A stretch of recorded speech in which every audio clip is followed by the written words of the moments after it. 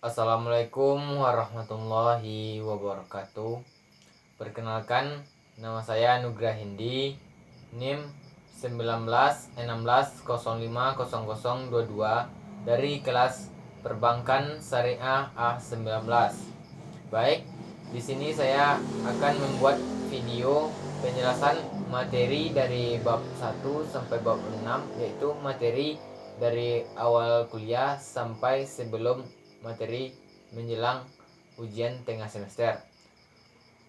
Baik, yang pertama itu dari pembahasan bab 1, sejarah perkembangan akuntansi syariah. Poin yang pertama, pengaruh Islam terhadap perkembangan akuntansi atau kondisi setelah berkembang Islam. Yang pertama, perintah Allah melalui Al-Quran untuk mencatat transaksi tidak tunai. Quran Surat Al-Baqarah ayat 282. Yang kedua, kebijakan membayar zakat atau membuat laporan keuangan, klasifikasikan hartanya sampai nisab. Yang ketiga, memperluas penggunaan angka Arab ditandai dengan adanya angka 0. Yang keempat, peran akuntansi menjadi penting untuk mengambil keputusan berkaitan dengan kekayaan perintah dan pandangan. Poin selanjutnya itu perkembangan praktek akuntansi pemerintahan Islam.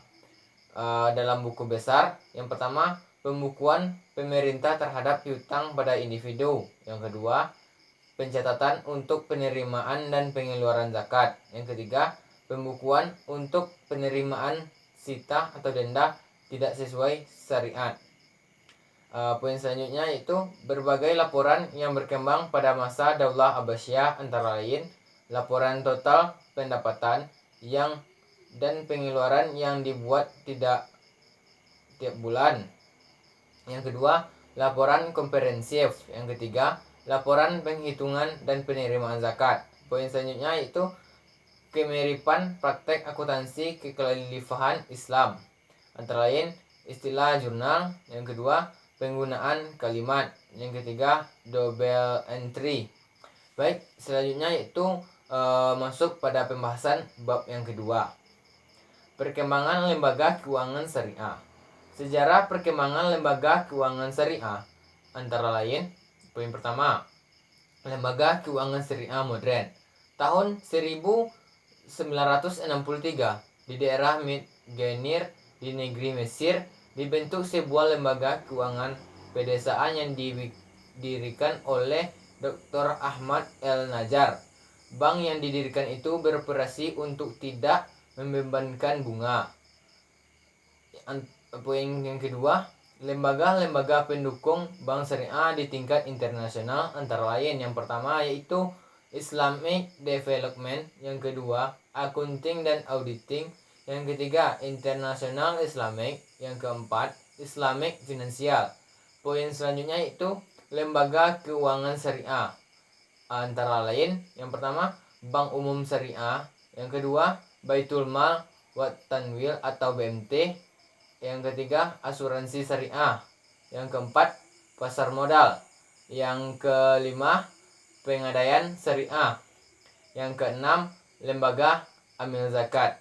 Masuk kepada poin selanjutnya yaitu institusi pendukung pengembangan perbankan syariah di Indonesia, antara lain Bank Indonesia atau BI, yang kedua Otoritas Jasa Keuangan atau OJK, yang ketiga Dewan Syariah Nasional, Majelis Ulama Indonesia DSN atau MUI. Baik, selanjutnya itu masuk pada pembahasan bab yang ketiga, yaitu prinsip dasar bank syariah.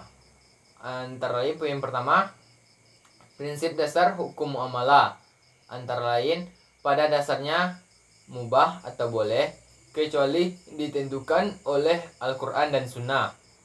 Yang kedua, dilakukan atas dasar suka rela. Yang ketiga, dilakukan dengan pertimbangan mendatangkan manfaat dan menghindari kemudaraban. Yang keempat, dilaksanakan dengan memelihara nilai keadilan. Poin selanjutnya yaitu larangan terhadap transaksi antara lain yang pertama, larangan terhadap transaksi yang haram zatnya. Yang kedua, larangan terhadap transaksi haram selain zatnya. Yang ketiga, larangan transaksi yang tidak sah akadnya. Baik, selanjutnya masuk kepada poin bab 4, yaitu sistem operasional bank syariah. Bank syariah adalah bank yang menjalankan kegiatan usahanya berdasarkan prinsip syariah antara lain. Yang pertama, bank umum syariah, yaitu BUS.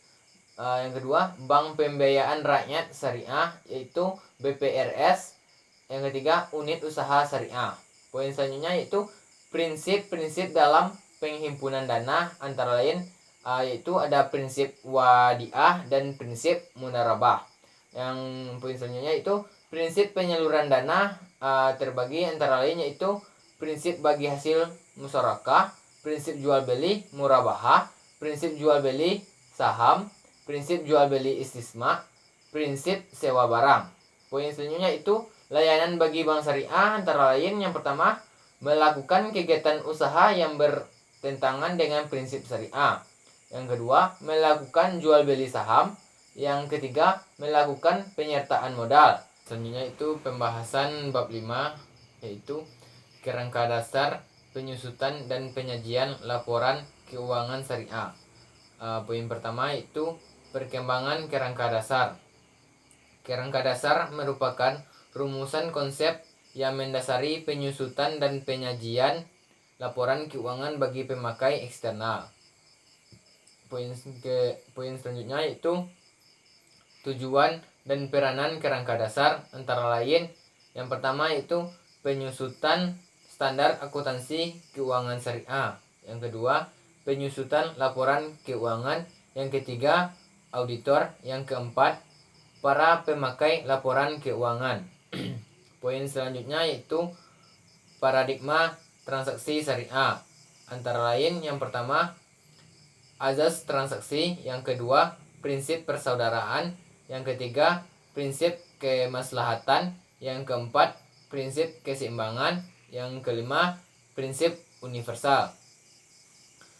Baik, selanjutnya masuk pada pembahasan materi bab 6. Akuntansi penghimpunan dana berdasarkan fatwa. Yang pertama, berdasarkan DSN nomor 1 tahun 2000 yaitu giro, murabahah dan fatwa. Yang kedua, DSN nomor 2 tahun 2000 tabungan, murabahah dan wadiah. Yang ketiga, DSN nomor 3 tahun 2000 yaitu deposito dan murabahah. Selanjutnya, transaksi penambahan tabungan murabahah antara lain yang pertama, setoran tunai nasabah. Yang kedua, transfer dari kantor cabang lain ke rekening nasabah. Yang ketiga, transfer dari bank lain ke nasabah. Yang keempat, penerimaan bagi hasil murabahah ke rekening nasabah. Selanjutnya yaitu giro murabahah, instrumen penghimpunan dana melalui produk giro akad murabahah, yaitu pihak penanaman dana dalam pengelolaan dana. Yang antara lain yaitu yang pertama, akuntansi giro murabahah. Yang kedua, akuntansi giro wadiah. Yang ketiga, intensif yang diterima oleh nasabah. Baik, sekian yang dapat saya sampaikan dari penjelasan bab 1 sampai bab 6.